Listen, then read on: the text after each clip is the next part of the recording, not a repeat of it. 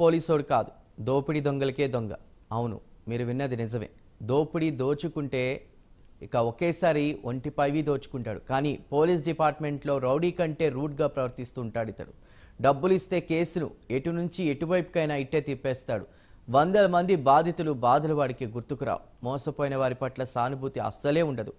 Case మొదట్లో నిజాయితీ ఆఫీసర్గా నటిస్తూ రోజులు గడిచే కొద్దీ స్టేషన్లో కూర్చోబెడతాడు. డబ్బులు ముట్టిన తర్వాత కేసును ఎందుకు పనికి రాకుండా చేస్తూ ఛార్జ్షీట్లు వేస్తారు. నిందితులు తప్పించుకునేందుకు వీలుగా సెక్షన్లు మారుస్తాడు. బాధితులు ఎంత బ్రతిమలాడినా వారినే నిందితులు అంటూ బెదిరిస్తాడు. నోటికి ఏదొస్తే అది మాట్లాడతాడు. సెటిల్మెంట్ చేస్తానని క్లబ్స్లో కూర్చోబెట్టి ప్రైవేట్గా కమిషన్స్ తీసుకుని రాజీ కుదర్చడంలో దిట్టగా మారిపోయాడు. వాడే మన హైదరాబాద్లో ఏసీబీగా పనిచేస్తున్న ఉమామహేశ్వరరావు. అలాంటి కరుడుగట్టిన రౌడీ ఉమామహేశ్వరరావు ఇప్పుడు ఏసీబీ అధికారులకు అడ్డంగా దొరికిపోయాడు.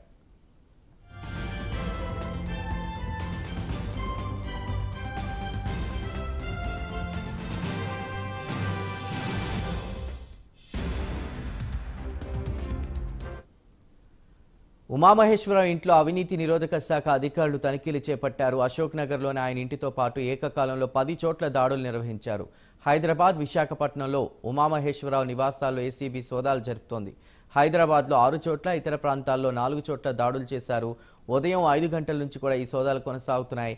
ఆదాయానికి మించి ఆస్తులు కలిగి ఉన్నారన్న ఆరోపణల నేపథ్యంలో ఏసీబీ అధికారులు తనిఖీలు చేపట్టారు. ఈ సందర్భంగా పలు కీలక డాక్యుమెంట్లను స్వాధీనం చేసుకున్నారు. ఆయన బంధువులు, స్నేహితుల ఇళ్లలోనూ ఏసీబీ ఏకకాలంలో దాడులు చేసింది.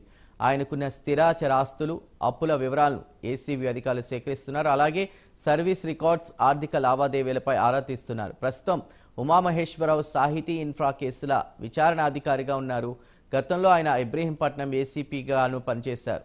ఇబ్రహీంపట్నం రియల్ మర్డర్ కేసులో కూడా ఉమామహేశ్వరరావు సస్పెండ్ కూడా అయ్యారు. డబుల్ మర్డర్ నిందితుడు మట్టారెడ్డి నుంచి ముడుపులు తీసుకున్నాడని ఉమామహేశ్వరరావుపై అభియోగాలున్నాయి. సర్వీసులో ఇప్పటి వరకు 3 సార్లు ఉమామహేశ్వరరావును సస్పెండ్ చేశారని ఏసీబీ అధికారులు తెలిపారు. ఇప్పుడు ఆదాయానికి మించిన ఆస్తుల కేసులో ఏసీబీ అధికారులు అరెస్ట్ చేస్తే మరోసారి సస్పెండ్ అయ్యే అవకాశం ఉంది.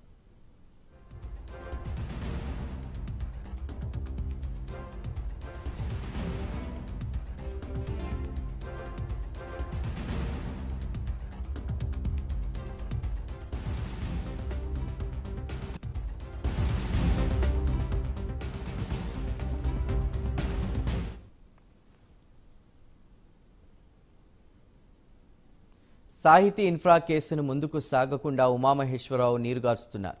సాహితీలోను మింగేయడమే పనిగా ఉమా పెట్టుకున్నాడు. 1200 కోట్ల రూపాయల విలువైన స్కామ్లో మొత్తం 3500 మంది బాధితులుండగా 15 మంది డైరెక్టర్స్ ఉన్నారు. 2 ఏళ్లుగా సీసీఎస్లో కేసు కొనసాగుతున్నా ఇప్పటికీ ఒక్క అడుగు కూడా ముందుకు పడలేదు. అందుకు ఈ ఏసీపీ ఉమామహేశ్వరరావు వ్యవహారమే నిదర్శనం.